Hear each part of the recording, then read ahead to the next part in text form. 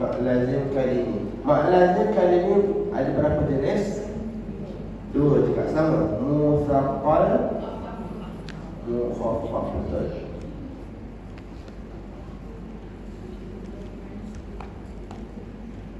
Musaqqal, mukhaffaf. Okey. Allah SWT. Pertama kita kena tahu dulu macam mana terjadinya mat lazim. Okey. Mat lazim yang terjadi secara betul adalah nak jauh rumiat apabila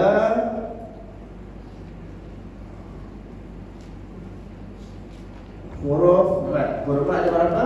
3. Huruf mat bertemu, tambahnya bisa bertemu bertemu dengan sukun. Sebenarnya kalau dalam buku yang basic dia tulis sukun asli, atau dia susah kita buat macam ni lah. Tanda bertemu, tanda mati atau sabdu yang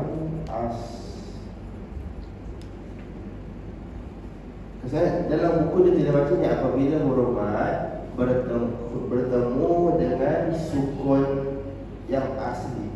Ada ke sukun yang tak asli? Maksudnya bertemu dengan baris mati yang asli. Ada tak sukun yang tak asli? Contoh kasih macam li'ila fi Quraisy. Ya tu baris mati huruf confirm. Betul tak? Huruf shin tu. Contoh lain kita ambil tak malun. Takkan asalnya tak maluna. Betul? Tak maluna. Kalau kita berhenti dekat nun tu jadi apa? Tak malun. Nun tu jadi mati tak? Itu kita panggil baris sukun yang mendatang, bukan yang asli. Asalnya tak maluna, asalnya tu ada baris. Bila kita wakaf, nun tu jadi baris mati. Kalau itu bukan tanda, bukan sukun yang asli, yang asal.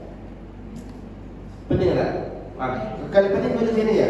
Apabila huruf mat bertemu dengan tanda mati atau sabdu, yang asli kita padam. Senang itu senang kita ikut cerita senang tak payah ikut. Tapi kena ada yang asli sebenarnya dia tahu jelas. Tak boleh biarlah yang asli. Faham ni. Yang benar dapat macam ni ya. Apabila huruf mat bertemu dengan tanda mati atau sukun atau sabdu yang asli, yang asal. Contoh kita ambil contoh mak lazim dulu. Mak lazim harfiah. Betul kan? Macam mana ejen nun ni? Nun, waw, nun. Setiap mak lazim harfiah, setiap huruf terakhir dia mesti pada mati. Kita nampak tak? Sekarang ni mana huruf mat? Waw huruf mat kan? Bertemu dengan nun. Nun ni tanda mati yang tanda sukun yang asli. Maka sebab tu dia jadi panjang. Nun. Nampak tak? Nampak tak? Huruf mat bertemu dengan tanda mati asli. Kenapa dekat Toha? Kenapa Toha tak jadi mak lazim harfi? Kenapa tak jadi Toha? Kenapa tak macam ni? Kita je Toha macam mana? Toha ini macam ni ya. Toha ini macam mana? To alif ha alif. Selepas huruf mat ada huruf mati tak? Tak ada. Selepas huruf ha ada huruf mat ha alif ada huruf mati tak? Maka dia tak jadi mat lazim. Ya, yang namanya mat lazim asal basic ya. Setiap huruf mat bertemu dengan tanda mati asli. Macam ni nun. Nun waw ni huruf mat bertemu dengan huruf yang mati yang asal dia. Maka dia akan jadi mat lazim. Kat sini sebab dia guna harfi kita panggil mat lazim harfi. Nanti kita jumpa dekat kalimah pun jadi mat lazim kalimi. Boleh ya? Faham kan? Ya, konsep yang namanya konsep mat lazim, setiap kali huruf mat bertemu dengan tanda mati ataupun sabdu, automatik dia jadi mat lazim. Faham kan? Lepas tu Toha, ya contoh Yasin. Ya tu mak lazim ke bukan? Ya bukan kan? Sin tu sin mak lazim tak? Mak lazim. Macam mana dia sin? Betul. Yasin macam ya ejanya macam ni. Sin ya tu. Ya mati bertemu dengan huruf mati. Otomatik sin ni kena jadi mat lazim. Kalau kita ukur, kalau kita timbang naqasa asalukum, kalau kita eja semua naqasa asalukum tu, semuanya ada huruf mat bertemu dengan huruf mati, bertemu dengan tanda mati. Faham? Itu harfi sama. Jadi sama yang namanya mak lazim macam itu. Sekarang masuk kalimi pula. Di antara contoh mak lazim kalimi ni, mana yang paling famous? Mana yang paling banyak kita baca? Wazal. Betul? Setiap hari kita baca. Betul? Kita ambil walau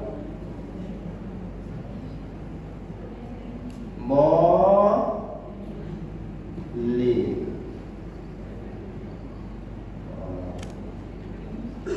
Boleh.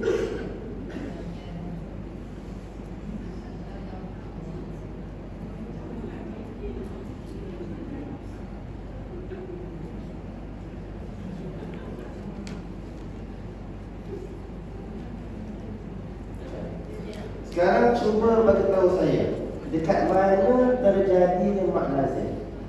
Dekat huruf apa yang ada mak lazim? Dekat dhalin kan? Mana huruf mat dia? Alif. Bertemu dengan sabdu. Okay, sabdu ni sebenarnya asal tanda mati. Sabdu ni sebenarnya apa? Sebenarnya dua lam. Asalnya. Contohnya asalnya macam ni. Macam ni lah asal contoh ejaan contoh asal macam ni ya. Sabdu ni sebenarnya mewakili dua huruf. Walau contoh ya. Macam itu. Lam mati dengan lam baris bawah.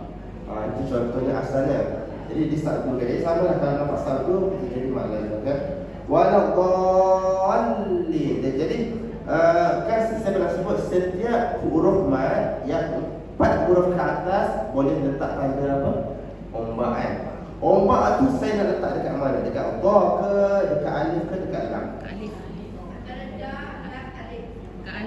Antara dha lam dengan alif, alif dengan lam.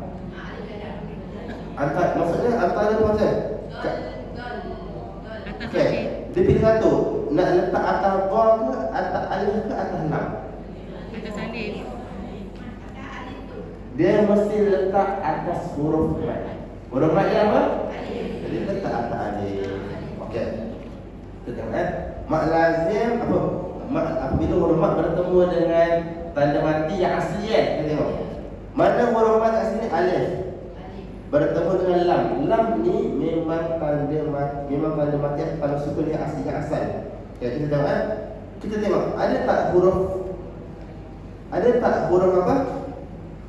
Huruf saya nak huruf mat lagi.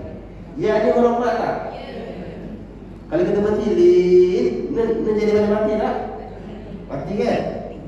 Kenapa kat sini tak jadi mat lazim juga? Kan huruf mat bertemu dengan huruf. Kan bila kita berhenti jadi mati. Sebab mati dekat sini mati, tanda mati yang bukan asli. Asalnya walau qali, ada asal ada lam.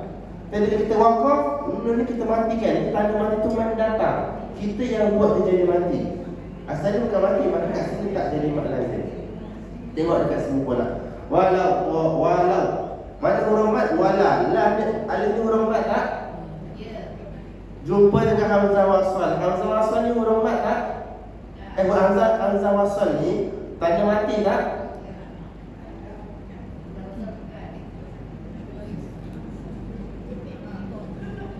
Okey, tahu tak nak tahu macam mana mat ni yang asli ke tidak ni? Mula kita tahu nak tahu dia asli ke tidak. Ketika waqaf, ketika wasal, mati itu tetap berbunyi. Itu hikmat asli yang tanda mati yang asli. Contoh, walallah. Saya nak tanya, ada tak sesiapa yang baca al-dhalin? Ada tak yang baca al-dhalin? Jadi lelaki tak ada tanda mati. Okay. Satu lagi tengok dekat dia, sila. Tengok dekat Hamzah Wasal ni. Hamzah Wasal, kita nak Hamzah Wasal. Kalau kita contoh, kalau kita berhenti, kalau kita mula dengan Hamzah Wasal, kita baca al-dhalin, bukan al. Adakah kalau kita sambung wala al-dhalin? Apa tak kat sini bukan asli. Jadi sebab tak jadi. Yang jadi yang asli kat sini sahaja. Kan? Nun ni kenapa nun ni tak jadi asli sebab kalau kita baca sambung, nun ni tak jadi tanda mati. Kalau berhenti baru jadi kan? Faham tak? Boleh sikit kan? Okay, kita contoh lain. Okay. Kita contoh. Cuba tengok kat dalam buku pusat apa?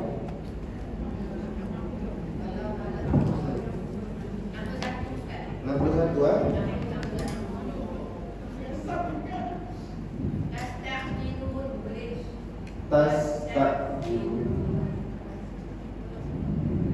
Tastakjilun maksudnya mat apa?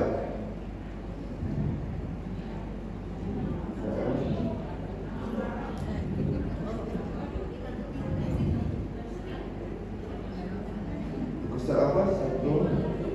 60? Ustaz 60, okey. Ustaz 6? Okey. Contoh lain kita ambil inna syarrat dawabi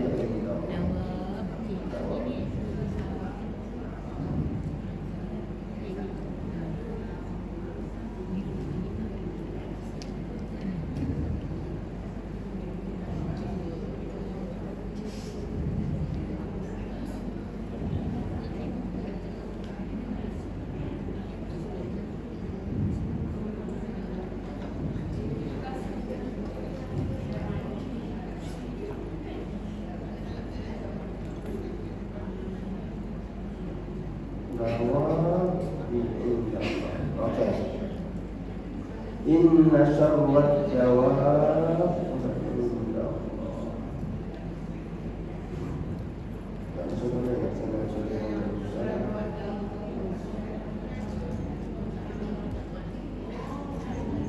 Okey, cuba tengok syarrat dawab. Dekat sini mana mad lazim kalimi muthaqqal? Mana huruf mad dia? Alif. Huruf mad dia mana? Alif kat sini Ka alif yang sini. Alif yang sini bertemu dengan huruf yang pada sabdu. Tak kalau susah macam ni, apabila huruf mad bertemu dengan huruf mati atas sabdu, maka dia jadi mad lazim. Okey. Huruf mad dia kat sini betul. Mana huruf mati atas sabdu? Ba. Jadi kat sini kat mana saya nak letak tanda umat? Siapa tahu berapa kadar panjang mad lazim? Wajib 6 harakat. Wajib 6 harakat. Contoh. Okay, senang kita nak faham macam ni. Mad lazim kali ni dia terbalik dengan mad lazim harfi. Contoh saya ulang sekali. Mad lazim harfi, kita boleh anggap semua mad lazim harfi adalah mukhaffaf, betul?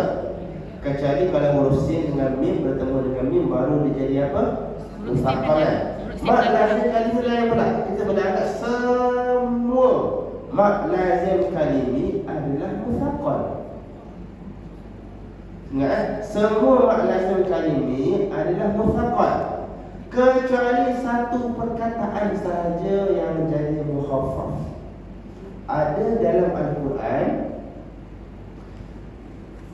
contoh mad lazim kalim mukhaffaf. Satu kataan saja yang mana perkataan tu diulang sebanyak 2 kali.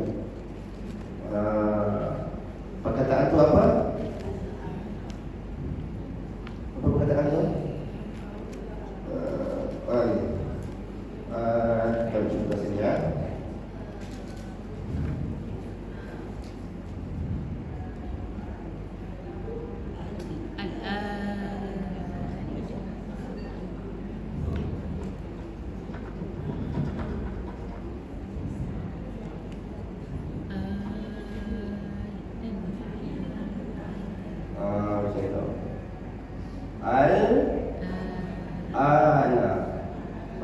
Mana huruf mat dekat sini? Alif bertemu dengan tanda mati. Senang tidak? Mat lazim kalimi kita nak senang kenal. Apabila huruf mat jumpa sabdu jadi musaqqal. Okey? Apabila huruf mat jumpa sabdu jadi musaqqal. Huruf mat jumpa tanda mati jadi mukhaffaf. Benar? Huruf mat jumpa sabdu jadi musaqqal. Huruf mat jumpa tanda mati jadi mukhaffaf. Dan dalam Al-Quran yang jumpa tanda mati hanya ini saja, al-ana, yang diulang sebanyak 2 kali. Jadi setiap ini saya letak tanda huruf. Okey.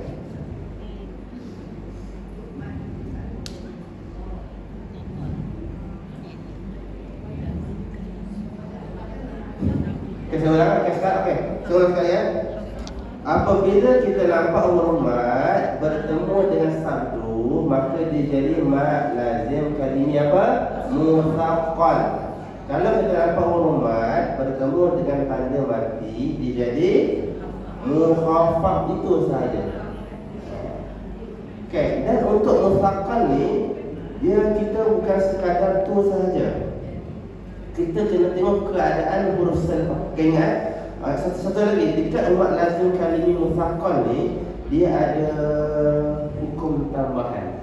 Contoh setiap kali kita nampak huruf mat bertemu dengan sabdu, kita kena buat nabar. Nabar ni apa? Sedikit tekanan. Contoh, kurang cantik kalau sekarang waladdallin, lin. Yang cantik waladdallin. Kena ada sedikit tekanan. Dallin, sedikit tekanan. Kasih nama syarwad dawab bi'indallah. Okey? Kecuali 7 huruf sahaja yang kita tak perlu buat nabar. Saya ulang. Setiap kali kita nampak mat lazim kalimi musaqqal, iaitu huruf mat bertemu dengan sabdu, kita kena buat nabar. Kecuali kalau huruf bersabdu tu 7 huruf. Pertama huruf nun, kedua huruf mim, yang 5 lagi ni adalah huruf qalqalah. Itu kita tak perlu buat nabar. Faham tak? Nabar sedikit tekanan, tak perlu. Okey. Contoh kita ambil huruf mim ya. Contoh ta.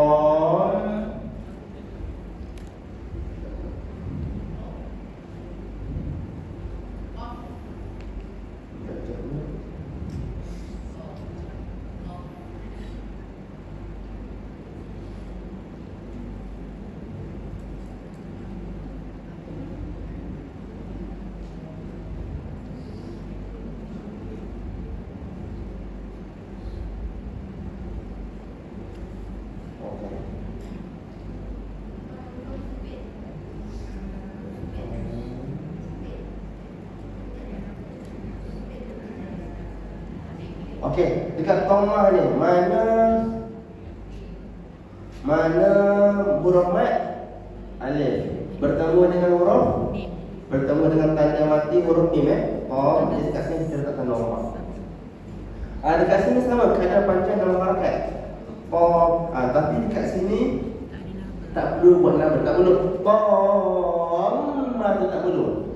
Cuma sekarang sebab dah jelas ni, cuma kena buat panjang dengung. Kena buat dengung 3 harakat. Matul kubra. Boleh? Contoh. Kat sini tak perlu buat nabar. Sebab mim ni dah ada sabdu, dia dah ada hukum sendiri. Dah ada hukum dengung dia sendiri. Okey? Seterusnya adalah huruf Sila. Sorry. Saya silap. Okay, untuk apa mat lazim harfi musaqqal semua kena buat nabar kecuali 2 saja. Mim dengan nun saja. Huruf qalqal pun kena buat. Saya terkira kalau ada waqaf. Saya ulang betul. Hanya nun dengan mim saja. Ini dengan nun dengan mim saja yang tak perlu buat nabar. Selain itu kena buat. Contoh lain kita ambil al-haqqah. Kokola tu kalau waktu mana itu tempat lain saya bilang. Mana mana? Ada susah nak pandang kadang-kadang.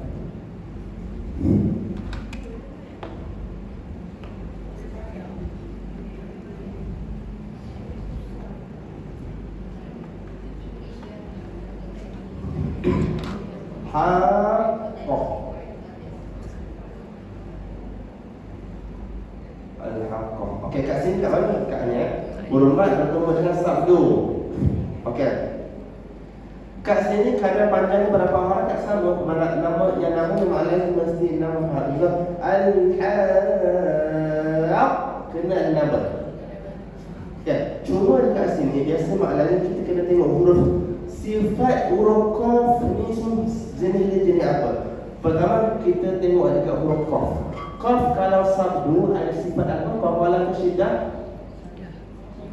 Syiddah. Kena buat putus. Contoh, tak cantik kalau saya baca al-haqqah. Al-haqqah.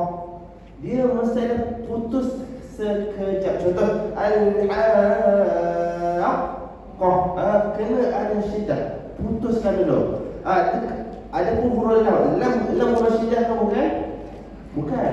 Jadi kat sini jangan pandai-pandai waladhdallin. Jangan pandai-pandai putus. Dekat sini kena sambung terus. Tapi nafas tetap ada. Waladhdallin. Nampak tak? Suara tak putus. Kalau apa ada suara putus tak? Putus. Syiddah. Syarrad dawab bi'indallah. Kenapa? Sebab banyak syiddah. Sebab tu kita, nampak tak? Kita ada faedah kita kenal sifat-sifat huruf. Kalau orang tak belajar sifat huruf syiddah, rokhawah, tawasul, mungkin dia tak tahu. Nak kena putus suara tu nak kena sambung. Macam kita dah belajar, insya-Allah kita tahu. Contoh lain, huruf dhammatul. Kat sini suara putus ke sambung? Huruf mim. Mim tawasul, suara mengalir. Jadi suara kat sini sama. Kat sini suara tak banyak putus, tak ada macam tom. Kena sambung. Matul. Boleh. Jadi setiap mak lazim kalimah mufraqan kena buat nabar, kecuali kalau huruf yang bersabdu tu huruf nun ataupun mim. Kemudian kita nak tengok kena buat syiddah, kena putus ataupun tidak, tengok huruf bersabdu tu sifat dia jenis apa. Okey? Okey, dalam biasa kalau kita tengok dalam satu perkataan semua sekali ada satu jenis setiap satu perkataan paling kurang ada mak lazim satu. Tetapi ada satu perkataan ni yang mengandungi dua mak lazim dalam satu perkataan. Ada satu tempat ni dalam satu perkataan tu terdapat dua mak lazim. Jadi kat situ saja kita dah buat berapa kadar panjang harakat yang kita kena buat kat situ. Pasal buku